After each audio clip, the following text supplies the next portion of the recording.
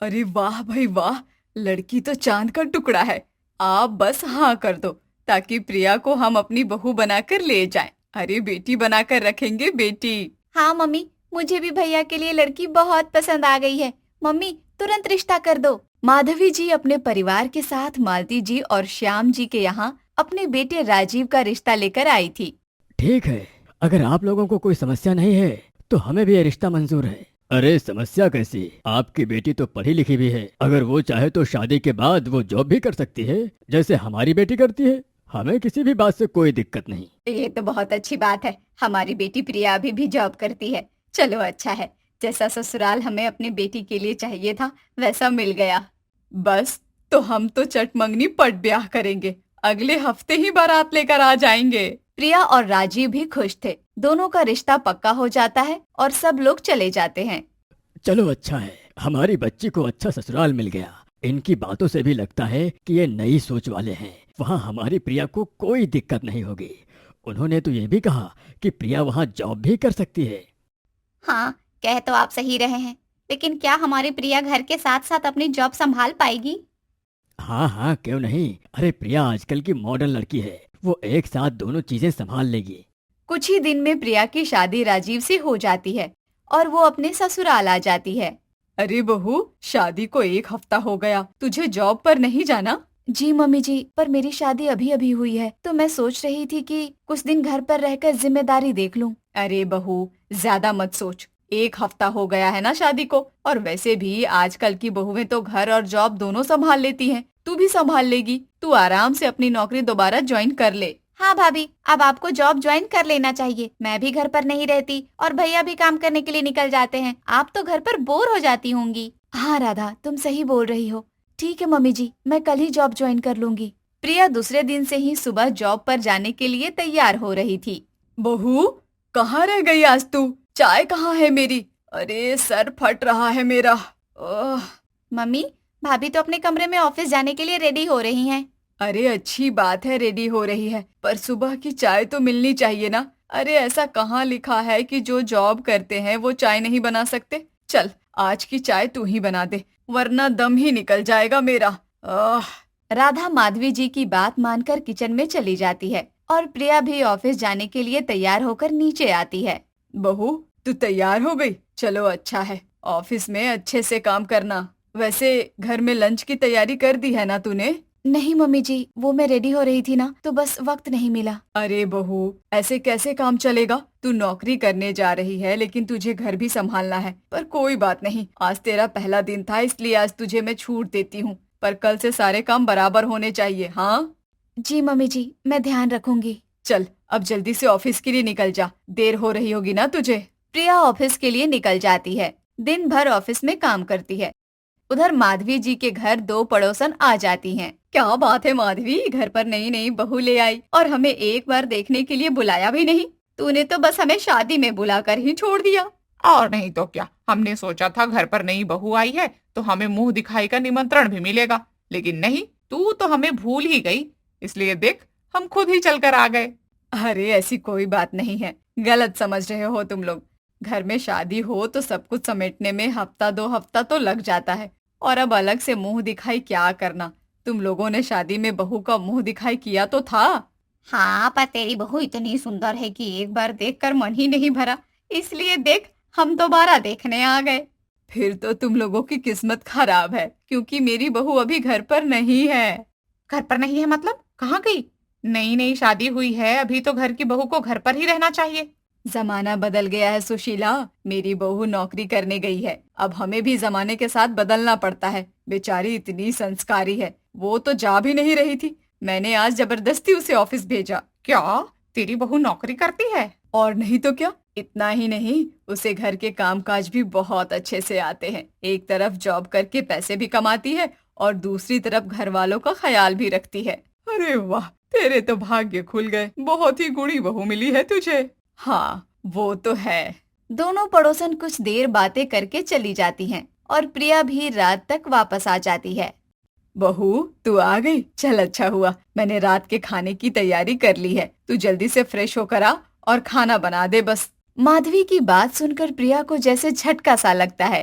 अरे यार, अभी तो आई हूँ ऑफिस से। एक तो इतने दिन बाद ऑफिस ज्वाइन करने पर बॉस ने भी एक्स्ट्रा काम पकड़ा दिया था, ऊपर से अब आते ही खाना बनाना पड़ेगा। उफ, क्या हुआ बहू, तू खड़ी क्यों है? जल्दी जा। जी मम्मी जी, बस अभी जाती हूँ और फटाफट से बना दूंगी। थकी हारी प्रिया घंटों तक खाना बनाती है। अगले दिन सुबह प्रिया जल्दी जल्दी अपने हाथ चला रही थी, क्योंकि उसे जल्दी जल्दी काम निपटाकर ऑफिस भी जाना था। बहू, जरा एक कप चाय लेकर आना। जी पापा जी, लाई। तुम्हें ऑफिस के लिए नहीं निकलना? हाँ, बस कुछ काम और बचे हैं, उन्हें करके निकल जाऊंगी। बहुत अच्छा काम कर रही है तू बेटा। इस तरह घर और बाहर का काम एक साथ संभालना बहुत मुश्किल है। और नहीं तो क्या जी, अरे पढ़ी लिखी बहू है हमारी, कमा कर भी तो घर में ही लाएगी, घर में भी तरक्की होगी। हाँ, ये बात तो तुम सही कह रही हो। प्रिया अपने सास ससुर से बात करके किचन में वापस आई ही थी कि उसने देखा कि कढ़ाई में चढ़ाया हुआ नाश्ता जल गया है। सत्यानाश, ये तो जल गया। वैसे ही देर हो रही है, अब और देर हो जाएगी। क्या करूं, इतनी जल्दी क्या बनाऊं? हे भगवान, आज तो मैं फिर फंसूंगी। प्रिया जल्दी जल्दी दोबारा नाश्ता बनाने लगती है और ऑफिस के लिए लेट हो जाती है और भागते हुए बॉस के कैबिन में पहुंचती है।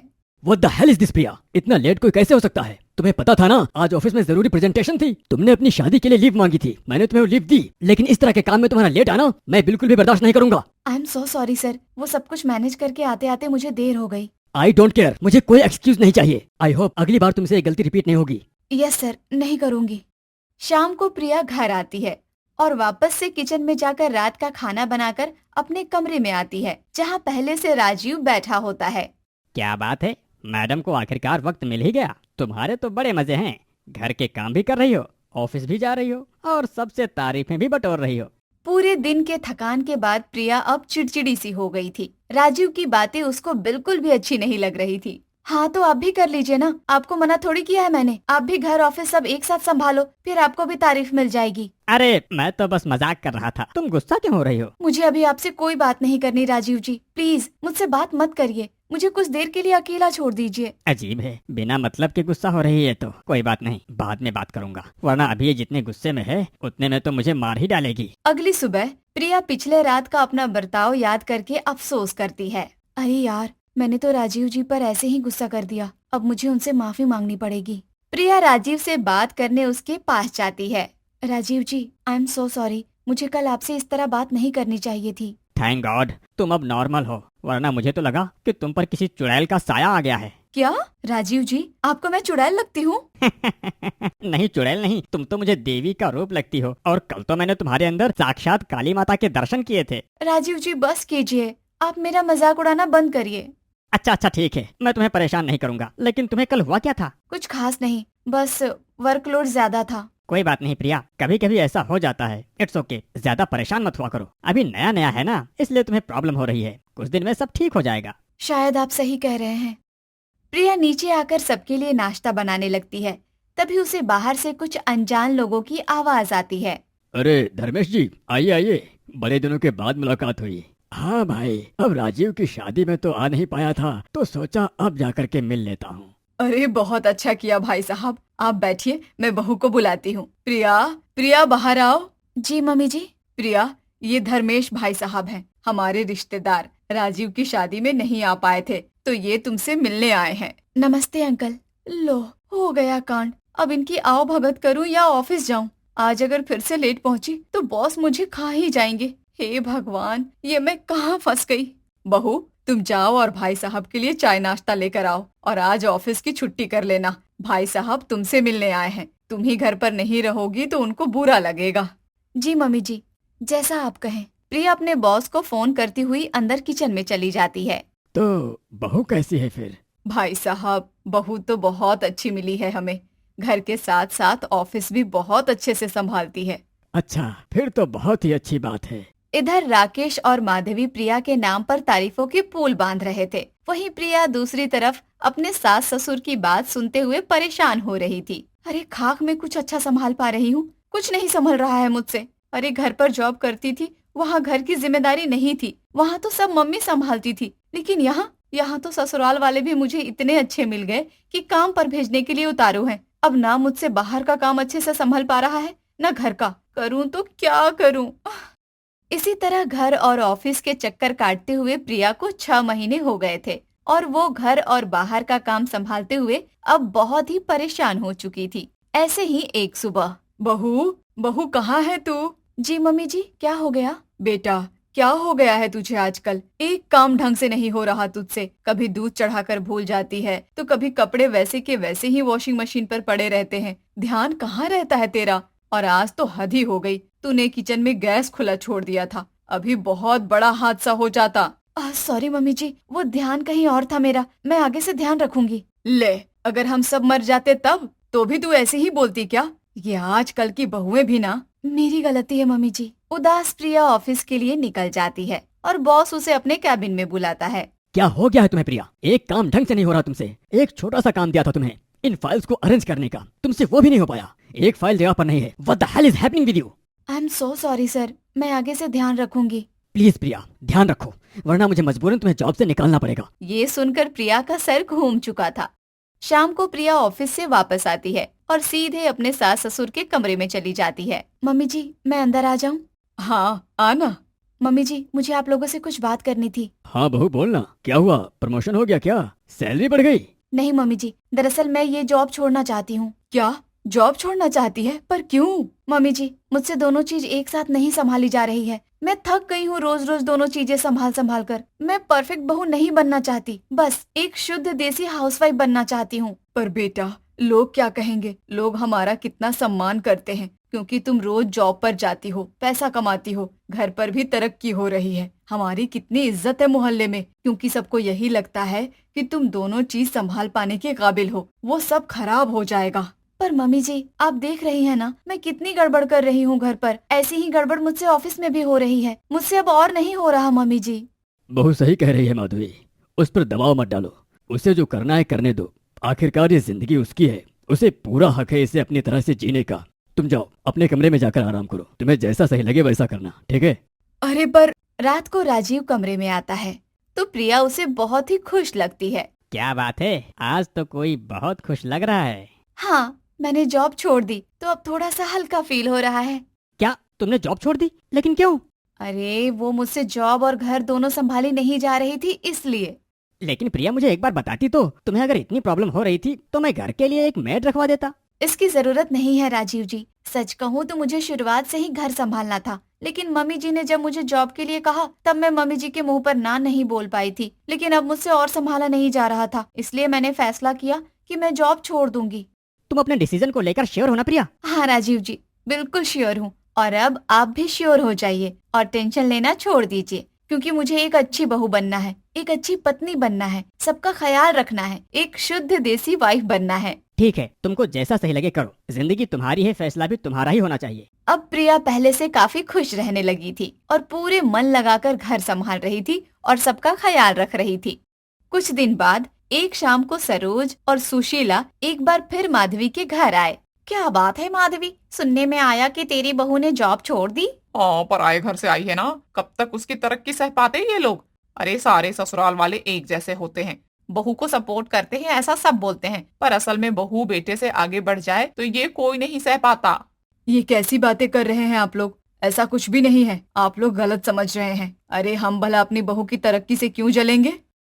ओहो, देखो तो ऐसे नाटक कर रही है जैसे कुछ पता ही ना हो इन्हें। अरे तुमने ही उसे घर के कामों में फंसा दिया होगा, दुनिया भर की उस पर जिम्मेदारी डाल दी होगी, अब बेचारी को मजबूरी में जॉब छोड़नी पड़ी होगी। तुम लोगों की कुछ ज्यादा जबान नहीं चल रही? अरे मैं क्या अपनी बहू की दुश्मन हूँ? हाँ, सही बात तो कड़वी ही लगती है। पहले तो बड़ा दिखावा कर रही थी कि हमारी बहू बहुत लायक है, पैसे कमाती है, अब क्या हुआ? ये सारी बातें प्रिया सुन लेती है और वो बर्दाश्त नहीं कर पाती। ये क्या बोल रही हैं आप दोनों? अरे तू आ गई बहू? अरे बेटा, हम तेरी मदद करने आए हैं। हमें पता है तेरे ससुराल वालों ने जबरदस्ती तेरा जॉब छुड़वा दिया है, इसलिए हम तेरी मदद करने आए हैं। क्या ये सब क्या कह रही हैं आप लोग? किसने कहा आपसे कि मेरे ससुराल वालों ने मुझे जॉब छोड़ने के लिए मजबूर किया है? अरे बेटा, हर बात बोलनी थोड़ी पड़ती है, कुछ बातें समझनी भी होती हैं। हम सब समझते हैं, तू चिंता मत कर, हम तेरे साथ हैं। हर घर की यही कहानी है, कौन सा ससुराल चाहता है कि उनकी बहू बाहर जाकर जॉब करे? अरे आप भी ना, जरूरी थोड़ी है कि हर लड़की का सपना जॉब करना हो। मेरा सपना जॉब करना नहीं है, एक अच्छी बहू बनने का है, एक अच्छी पत्नी बनने का है, सबका ख्याल रखने का है। मुझे नहीं पसंद भाग दौड़ की जिंदगी। मैं तो सुकून से जीना चाहती हूँ और मुझे जॉब करनी है या नहीं करनी है ये मेरा खुद का फैसला होना चाहिए, किसी और का नहीं। हाँ, हम तो मदद करने आए थे, ये उल्टा ससुराल वालों की साइड ले रही है। भलाई का तो जमाना ही नहीं है। चलिए सरोज जी, चलते हैं यहाँ से। सुशीला और सरोज उनके घर से निकल जाते हैं। क्या बात है बहू, क्या धोया है तूने इन लोगों को? मजा आ गया सच में। हाँ भाभी, अब तो बिल्कुल फायर हो, इनकी बोलती ही बंद कर दी। बिल्कुल, हमारी बहू मोहल्ले की सबसे बेस्ट बहू है। जहाँ बाकी बहू ससुराल वालों के बारे में बुरा भला कहती है, वहीं हमारी बहू हमारा सपोर्ट करने से पीछे नहीं हटी। और आजकल की बहुएं तो सबसे ऊपर अपना करियर रखती हैं, और एक हमारी बहू है जिसे करियर से ज्यादा अपनों की फिक्र है। मुझे ससुराल भी तो वैसा मिला है, सपोर्टिव और केयरिंग, और मैं इस ससुराल की शुद्ध देसी हाउसवाइफ। प्रकाश जी देखिए, अब रिश्ता तो पक्का हो ही गया है। सोनम हमारी जान है और अजय जैसा लड़का पाकर हम धन्य हो गए हैं। अब जैसा कि रिवाज है, थोड़ा लेन देन और दान दहेज की बात भी स्पष्ट हो जाती तो अपनी तैयारी शुरू कर देता। भाई साहब, आप भी कैसी पुरानी और दकियानूसी बातें लेकर बैठ गए। आप अपनी बेटी को बस 2 जोड़ी साड़ी में विदा कर देना, हमें 1 रुपया भी फालतू नहीं चाहिए। प्रकाश जी, आपकी बातें सुनकर तो दिल भर आया। सच कहूँ तो आज के दौर में जहाँ शादियां सिर्फ सौदेबाजी बनकर रह गई हैं। ऐसे ही शादी का दिन आता है। सोनम अजय से शादी करके अपनी ससुराल आती है। सोनम के स्वागत में पूरा परिवार और पड़ोसी दरवाजे पर खड़े होते हैं और सभी पड़ोसियों की नजर सोनम के पीछे आ रहे उसके सामान पर पड़ती है। अरे, मैंने सुना है कि प्रकाश जी बहुत रईस है और लड़का बड़ी कंपनी में मैनेजर है, लेकिन ये क्या, दहेज में तो एक बाइक तक नहीं दिखी। क्या लड़की वाले बिल्कुल कंगाल हैं? सही कह रही हो बहन। इनके घर की बड़ी बहू रीना जब आई थी तब तो फिर भी 2-4 ट्रक सामान दिखा था, कूलर फ्रिज सब आया था, पर यहाँ तो बिल्कुल सन्नाटा है। लगता है प्रकाश जी का दिल बहुत बड़ा है या फिर दाल में कुछ काला है। घर के अंदर मुंह दिखाई की रस्म का आयोजन किया गया। मोहल्ले की औरतें एक एक करके अंदर आती है और सोनम का घूंघट उठाकर उसका चेहरा देखती है। कोमल और कल्पना मेहमानों का स्वागत कर रही हैं। बहू तो वाकई ही बहुत हसीन है। कल्पना जी चांद का टुकड़ा है बिल्कुल। लेकिन जरा ये तो बताइए कि दहेज में क्या क्या मिला है? हमने बाहर कोई बड़ी गाड़ी या कीमती सामान तो नहीं देखा। आखिर सामान कहाँ छिपा कर रखा है?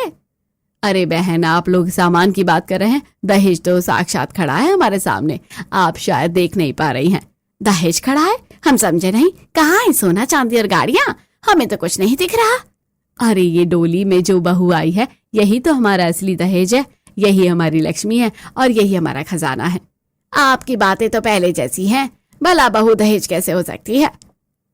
अब इन बेवकूफ औरतों को कैसे समझाऊं कि ये बहू कैश मशीन है। इसकी पढ़ाई लिखाई और इसकी बड़ी नौकरी ही हमारा असली प्रॉफिट है। अगर मैं मोटा दहेज लेती तो वो एक ही बार में खत्म हो जाता, लेकिन अब ये बहू हर महीने अपनी सैलरी मेरे हाथ में रखेगी।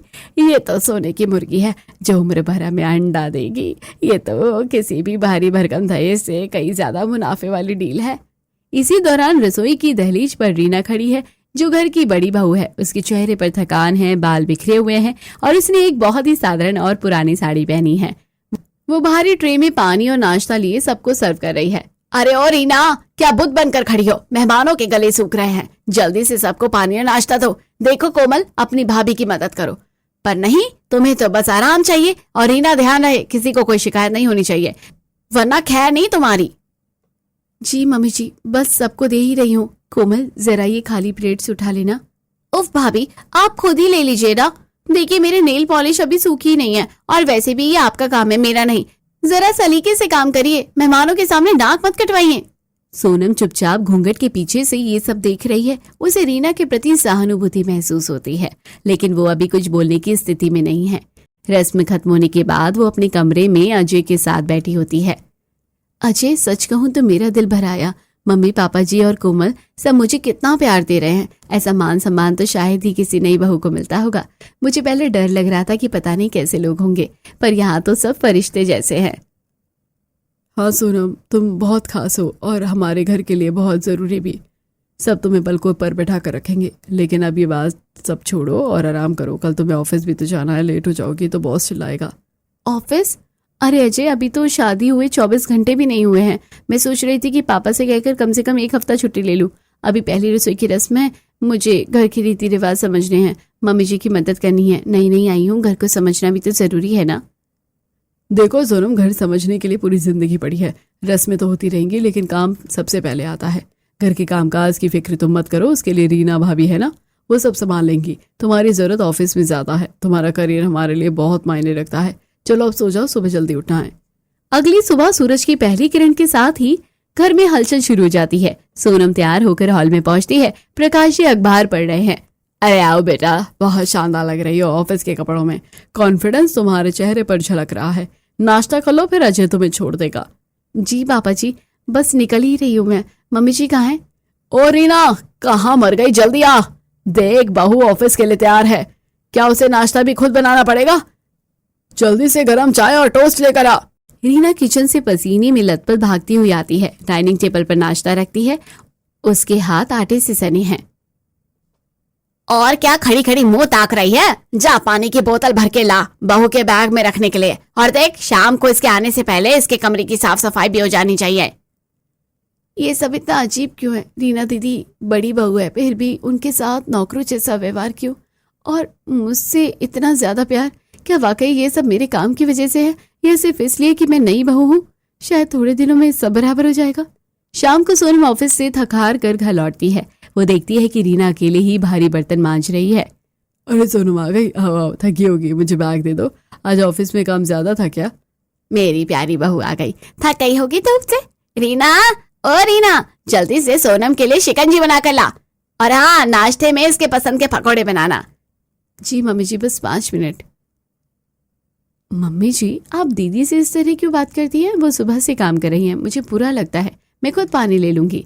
बाहू, तुम अपनी फिक्र करो, वो इस घर के कामकाज की जिम्मेदार है। तू ऑफिस जाती है, तेरा आराम करना ज्यादा जरूरी है। रात के 12 बज रहे हैं। पूरा घर सो गया है, लेकिन सोनम अपने लैपटॉप पर एक जरूरी प्रेजेंटेशन पूरी कर रही है। उसे प्यास लगती है और वो किचन की तरफ बढ़ती है, जहां रीना जमीन पर बैठकर अगले दिन की सब्जियां काट रही है। दीदी, आप अभी तक जाग रही हैं? 12 बज गए हैं, आपको नींद नहीं आ रही है क्या? नींद तो बहुत आती है सोनम, पर काम का बोझ सोने नहीं देता। सुबह 5 बजे फिर उठना है। अगर अभी ये सब नहीं किया तो कल सबकी गालियां खानी पड़ेगी। पर घर वाले आपके साथ इतना रूखा बर्ताव क्यों करते हैं? अजय और पापा जी तो आपकी तरफ देखते भी नहीं। क्या कोई पुरानी बात है? मेरी किस्मत ही खराब है सोनम। जिस दिन मैं इस घर में आई थी उसी दिन से मेरी इज्जत खत्म हो गई थी। तुम खुशकिस्मत हो कि तुम्हें सम्मान मिल रहा है। बस अपनी नौकरी मत छोड़ना, वरना खैर, तुम जाओ, सो जाओ। अगले दिन सोनम सुबह जल्दी उठकर रीना के साथ कामों में हाथ बटाती है, फिर अपने ऑफिस जाती है और शाम को घर आकर रात तक रीना के साथ काम करती है। ऐसे ही कुछ दिन बीतते हैं। कम नींद और ज्यादा काम की वजह से सोनम की ऑफिस परफॉर्मेंस खराब होती है। सोनम, ये क्या हो रहा है? तुम्हारी प्रेजेंटेशन में गलतियां हैं। शादी का मतलब ये नहीं कि तुम करियर को दांव पर लगा दो। अगर तुम्हें घर संभालना है तो साफ कह दो, मैं किसी और को रख लूंगा। बहुत सही कह रहे हैं, मैं दोनों जगह न्याय नहीं कर पा रही हूँ। मुझे कुछ समय के लिए घर पर ध्यान देना चाहिए ताकि मैं रीना दीदी की भी मदद कर सकूं और मम्मी जी को भी समझ सकूं। सोनम घर पहुंचती है और रात के खाने पर सबके सामने अपना फैसला सुनाती है। पापा जी, मम्मी जी, मैंने एक फैसला लिया है। मैं कल से ऑफिस नहीं जाऊंगी। मैंने जॉब से इस्तीफा देने का मन बना लिया है। क्या क्या बकवास कर रही हो? जॉब क्यों छोड़ना है? कोई समस्या है तो हमें बताओ, हम बॉस से बात करेंगे। सोनम, ये कोई मजाक नहीं है। तुम्हारी इतनी अच्छी सैलरी है, करियर का पीक है। तुम पागल हो गई हो क्या? घर में किसी चीज की कमी है क्या जो तुम जॉब छोड़ना चाहती हो? सोनम, मेरी बात मानो, जॉब मत छोड़ो। घर तो मैं भी संभाल रही हूँ ना। नहीं दीदी, मैं देख रही हूँ आप पर बहुत बोझ है। मुझे भी घर की जिम्मेदारी सीखनी है और वैसे भी हम सब साथ हैं तो पैसों की इतनी भी क्या तंगी। सोनम के इस फैसले से पूरे घर में जैसे मातम छा जाता है। उस रात सोनम सोई नहीं थी। वो पानी पीने के लिए बाहर निकली तो उसने हॉल में प्रकाश, कल्पना और अजय की फुसफुसाहट सुन ली। ये तो गजब हो गया कल्पना। हमने इस लड़की को इसलिए चुना था क्योंकि ये पढ़ी लिखी और कामकाजी थी। हमें तो लगा था कि ये ताउम्र कमा कर हमें खिलाएगी, इसलिए हमने दहेज के लिए दबाव नहीं बनाया। सोचा था हर महीने का दहेज आएगा। अब अगर ये घर बैठ गई तो हमें तो लाखों का नुकसान होगा। मैं उसे कल फिर समझाऊंगा। उसे नौकरी पर वापस जाना ही होगा। हमने इसके पीछे इतना निवेश इन्वेस्टमेंट जो किया है। सोनम के पैरों तले जमीन खिसक जाती है। इन्वेस्टमेंट, लाखों का नुकसान, महीने का दहेज, ये सब शब्द उसके कानों में हथौड़े की तरह बज रहे थे। अगले दिन से जैसा सोनम ने सोचा था, घर का माहौल बिल्कुल बदल गया। मम्मी जी, मेरी सैंडल नहीं मिल रही, क्या आपने देखी है? मुझे बाहर जाना है। मुझे क्या पता, अब तू भी रीना की तरह घर में बैठी है तो खुद ढूंढ ले। मेरे पास फालतू काम के लिए समय नहीं है। दोपहर का खाना बन रहा है। क्या बनाया है? ये दाल में नमक कम है और रोटियां जली हुई हैं। काम चोर कहीं की। एक तो घर में मुफ्त की रोटियां तोड़ रही है और ऊपर से ढंग का खाना भी नहीं बना सकती है। जा पनीर की सब्जी बना मेरे लिए जल्दी। पर मम्मी जी मैंने तो वही बनाया जो आपने कहा था। जुबान मत लड़ा, चुपचाप जाकर काम कर, वरना रात को अजय से शिकायत करूंगी। रात को कमरे में सोनम अजय से बात करने की कोशिश करती है। अजय मुझे थोड़े पैसे चाहिए। मेरी कुछ दवाइयाँ और कुछ पर्सनल सामान खत्म हो गया है और कुछ शॉपिंग के लिए। पैसे पैसे पेड़ों पर रुकते हैं क्या? एक तो तुमने अपनी अच्छी खासी नौकरी छोड़ दी, घर की इनकम आधी कर दी और अब तुम्हें शॉपिंग सूझ रही है। तुम्हें अंदाजा भी है कि तुमने हमारा कितना बड़ा आर्थिक नुकसान किया है। चुपचाप घर का काम करो और फालतू की मांगे बंद करो। अजय तुम ऐसे कैसे बात कर रहे हो? नौकरी छोड़ते ही तुम्हारे लिए बोझ बन गई मैं क्या? तुम्हारा प्यार सिर्फ मेरी सैलरी से था। प्यार अपनी जगह है और वास्तविकता अपनी जगह। हमने तुमसे शादी इसलिए की कि ताकि तुम हमारा हाथ बटा सको, बोझ बनने के लिए नहीं। अब जाओ और सो जाओ। सोनम की आंखों के सामने सारा नकाब उतर चुका था। उसे समझ आ गया था कि इस घर में बहू की डोली नहीं बल्कि एक चलती फिरती तिजोरी आई थी। क्या हुआ सोनम, आज आंखों के आंसू रुक नहीं रहे? मैंने कहा था ना कि अपनी नौकरी मत छोड़ना। इस घर की नींव प्यार पर नहीं बल्कि नोटों की गड्ढियों पर टिकी है। दीदी मैं कितनी अंधी थी।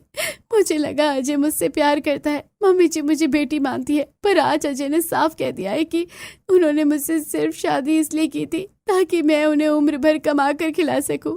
उन्होंने दहेज इसलिए नहीं मांगा क्योंकि उन्हें एक परमानेंट फिक्स डिपॉजिट चाहिए था। यही हकीकत है इस घर की। जब मेरी शादी तय हुई थी तो मेरे पिता ने बहुत कुछ देने का वादा किया था, लेकिन आखिरी वक्त पर उनका बिजनेस डूब गया और वो डिमांड पूरी नहीं कर पाए। जिस दिन मैं इस घर की दहलीज पर आई उसी दिन इन्होंने मुझे बता दिया कि बिना पैसे के मेरी कोई इज्जत नहीं है। तब से मैं इनके लिए सिर्फ एक बिना वेतन की नौकरानी हूँ और तुम्हारे साथ इन्होंने नई चाल चली। दहेज की जगह तुम्हारी नौकरी को चुना, यानी बहू ही दहेज है। का मतलब ये था कि डोली में बहू नहीं एक एसेट्स आई है। बिल्कुल, और जैसे ही एसेट्स ने काम करना बंद किया तुम्हारी वैल्यू जीरो हो गई। अब तुम देख रही हो ना कैसे ये लोग तुम्हें छोटी छोटी चीजों के लिए तरसा रहे हैं। ये अपमान अभी और बढ़ेगा सोनम। ऐसी ही रात होती है, सोनम की आंखों में नींद नहीं होती है और वो कुछ सोच रही होती है। ऐसी सुबह होती है, सोनम रीना के पास आती है। दीदी मैंने तय कर लिया है, मैं इन लोगों को वही दूंगी जो ये चाहते हैं, पर अब मेरी शर्तों पर। मैं फिर से नौकरी ज्वाइन करूंगी। क्या फिर से उसी बोझ के नीचे दबोगी? नहीं दीदी, अब मैं बोझ नहीं पावर बनूंगी। अगर इस घर में सम्मान का रास्ता पैसे से होकर गुजरता है तो मैं उसी रास्ते से अपनी इज्जत वापस लाऊंगी। लेकिन इस बार मैं अकेली नहीं हूँ, आप भी मेरे साथ होगी। हम दोनों मिलकर इस घर का समीकरण बदलेंगे। नाश्ते की मेज पर पूरा परिवार बैठा है। माहौल बोझिल है। सोनम शांति से अपनी जगह पर बैठती है। पापा जी, मम्मी जी, मुझे आपसे कुछ कहना है। मैंने कल अपने बॉस से बात की थी। मेरा इस्तीफा अभी प्रोसेस में नहीं गया था और उन्होंने मुझे फिर से ज्वाइन करने का मौका दिया है। मैं कल से ऑफिस जा रही हूँ। अरे ये तो बहुत ही बढ़िया खबर है बहू। मैं तो पहले ही कह रही थी कि तू इतनी समझदार है। घर बैठने का फैसला तेरा गलत था। कोमल देख अपनी भाभी से कुछ सीख। बहुत अच्छा बेटा, यही तो हम चाहते थे कि घर की रौनक तो तुम्हारी मेहनत से ही है। अजय देख, सोनम ने हमारी बात मान ली है। I am so proud of you Sonam. मुझे पता था तुम हमें निराश नहीं करोगी। रुकिए, मेरी बात अभी पूरी नहीं हुई है। मैं ऑफिस जाऊंगी, अपनी सैलरी भी घर में दूंगी, लेकिन मेरी कुछ शर्तें हैं। शर्तें? कैसी शर्तें बेटा? हम तो तुम्हारे अपने हैं। पहली शर्त, आज के बाद रीना दीदी को इस घर में वही मान सम्मान मिलेगा जो मुझे मिलता है। उन्हें कोई डांटेगा नहीं, कोई हुक्म नहीं चलाएगा। अगर मेरा बाहर काम करना दहेज है तो दीदी का 24 घंटे घर संभालना भी किसी दहेज से कम नहीं है। दूसरी शर्त, मेरी सैलरी का एक हिस्सा सीधे रीना दीदी के हाथ में जाएगा, उनकी निजी जरूरतों के लिए। और तीसरी शर्त, कोमल और मम्मी जी आप दोनों घर के कामों में हाथ बटाएंगी। सोनम, ये क्या बदतमीजी है? तुम हम पर शर्तें थोप रही हो। ये बदतमीजी नहीं अजय, बिजनेस है। जैसा कि तुमने कहा था, रिश्ता बाद में फायदा पहले। अगर मेरा पैसा घर के लिए जरूरी है तो मेरी शर्तें भी माननी पड़ेगी। अगर कल सुबह तक मुझे दीदी के चेहरे पर मुस्कान नहीं दिखी तो मेरा इस्तीफा कल फाइनल हो जाएगा। अब आप लोग सोच लीजिए कि आपको घर चलाने वाली बहू चाहिए या एक दुखी नौकरानी। प्रकाश और कल्पना एक दूसरे का मुंह ताकने लगते हैं। उन्हें समझ आ जाता है कि सोनम ने उनकी सबसे कमजोर रग पकड़ ली है।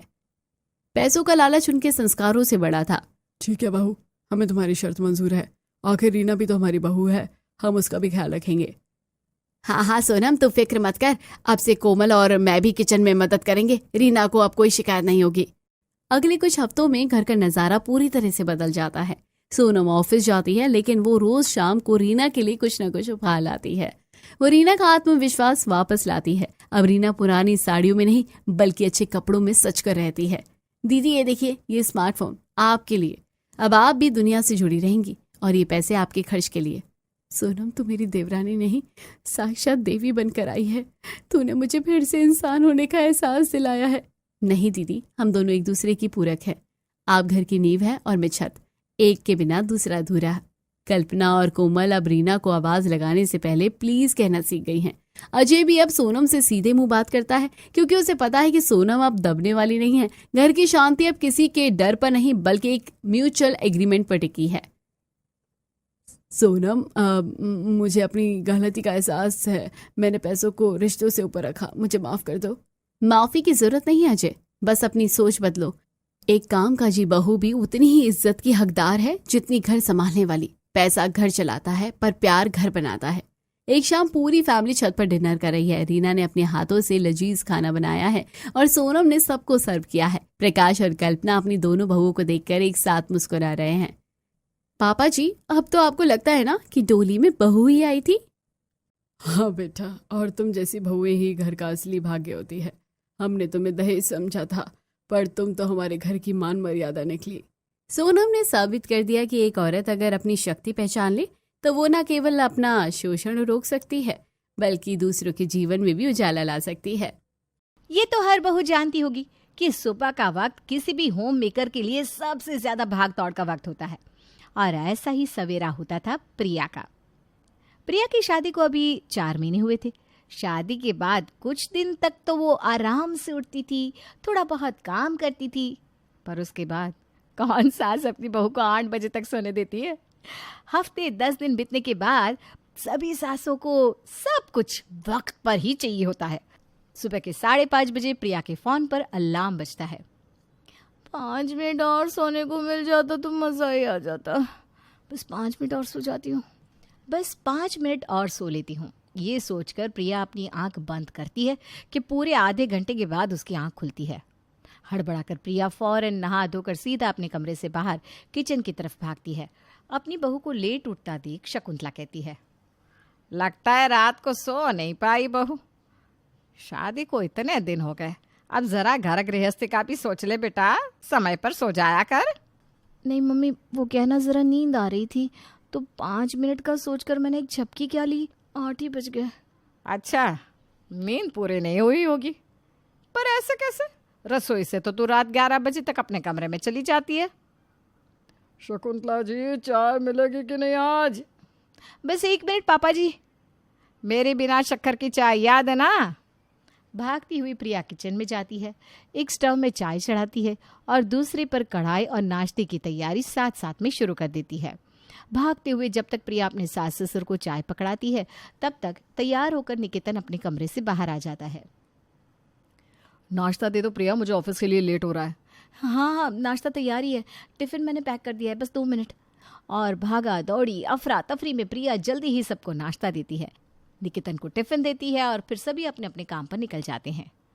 आज तो बासी झाड़ू भी नहीं निकाल पाई, ना ही पूजा करने का वक्त मिला। आधा घंटा क्या देर से उठी, सब कुछ आगे पीछे हो गया।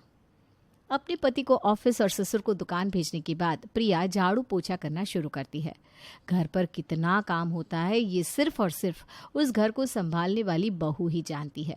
झाड़ू पोछा लगाने के बाद प्रिया सभी के कपड़े धोने के लिए डालती है। कपड़े धुल जाने पर उन्हें सुखाने छत पर डालती है। छत से कपड़े उतार कर प्रिया नीचे आ ही रही होती है कि तभी शकुंतला कहती है, दोपहर में 5 लोगों का खाना देख लेना बहू, मेरी कुछ सहेलियां आ रही है। जी मम्मी जी। ये वो एक के बाद एक काम, एक के बाद एक काम, और कब सुबह 6 बजे से रात के 11 बज जाते हैं पता ही नहीं चलता। पर इतनी थकावट के बाद भी प्रिया आज बड़ी खुश थी। बस आज की रात निकल जाए, फिर तो मम्मी के पास जाना है। मम्मा, आई एम कमिंग। अगली सुबह तैयार होकर अपना बैग लिए प्रिया अपनी सास के कमरे में जाती है। कांग्रेचुलेशंस बहू, आखिरकार तू शादी के बाद पहली बार अपने मायके जा रही है। ज़रा भी हल्के में मत लेना इस बात को। और इस समय को अच्छे से एंजॉय करना।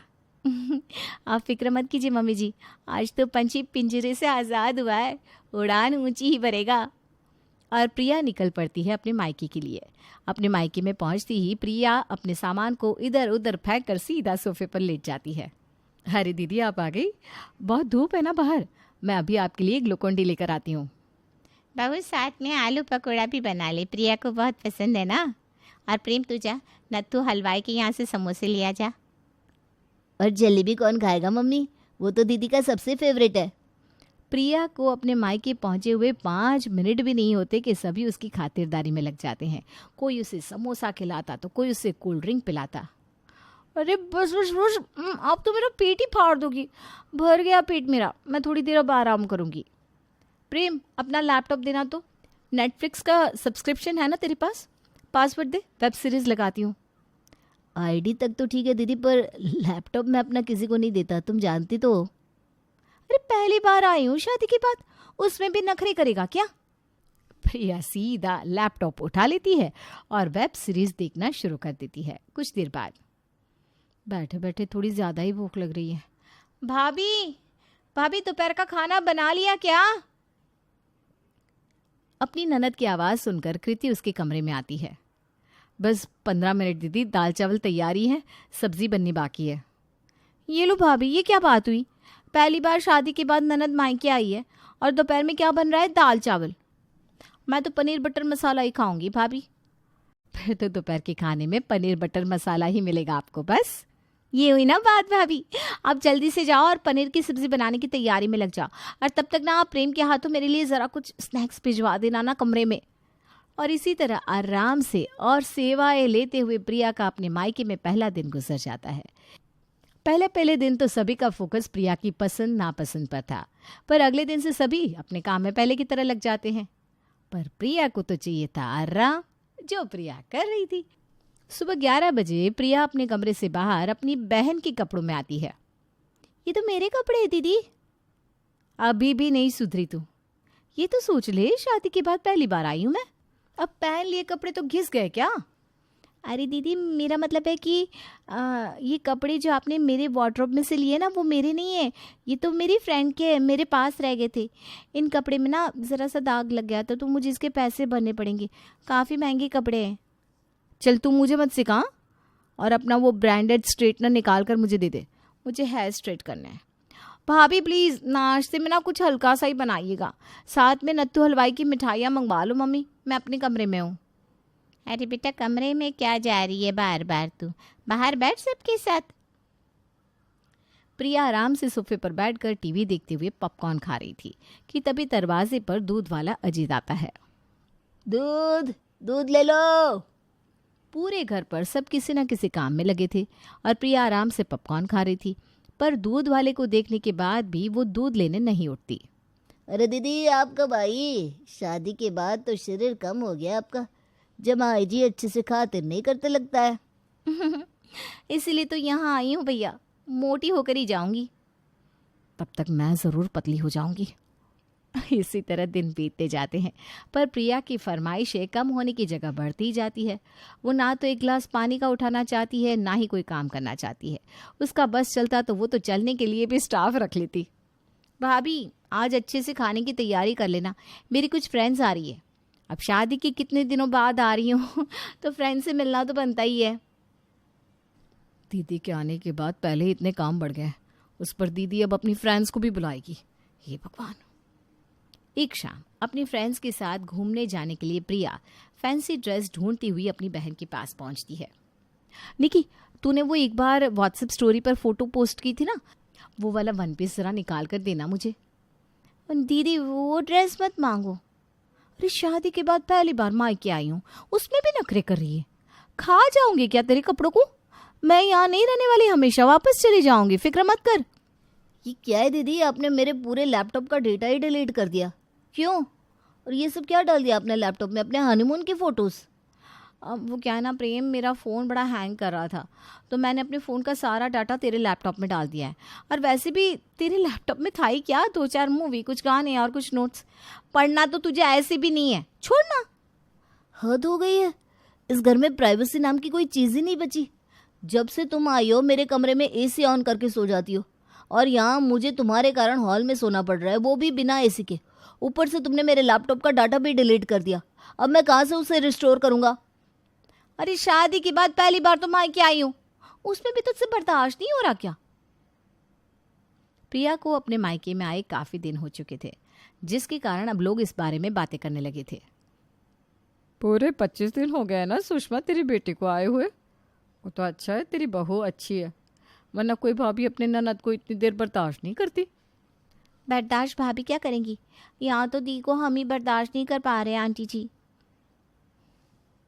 अब क्या बताओ, ये देखिए, ये मेरी सैंडल मेरे बर्थडे के लिए लेकर रखे थे, पर दीदी ने तो पहन कर तोड़ भी दिए। बताइए, दिमाग का दही कर रखा है। पर प्रिया पर किसी भी बात का कोई फर्क नहीं पड़ता था। कोई उसके पीठ पीछे क्या बोल रहा है, उसके कारण किसी को क्या प्रॉब्लम हो रही थी, वो तो अपनी छुट्टी एंजॉय करने में बिजी थी। फिर पूरे 1 महीने के बाद प्रेम प्रिया को लेने उसके मायके पहुंच जाता है। बैग पैक कर रोती हुई प्रिया अपने कमरे से बाहर निकलती है। उसे जाता देखकर सभी लोग सब कुछ भूलकर उसे गले से लगा लेते हैं। पता ही नहीं चला बेटा कि तुझे आए हुए 1 महीना हो गया। अरे अभी अभी तो तू आई थी और अभी तेरे जाने का वक्त भी हो गया बेटा। तू नहीं जाऊँ क्या मम्मी? इनको पट्टी पढ़ा देती हूँ, नहीं लेकर जाएंगे मुझे। अरे नाना, अरे तू जा रे।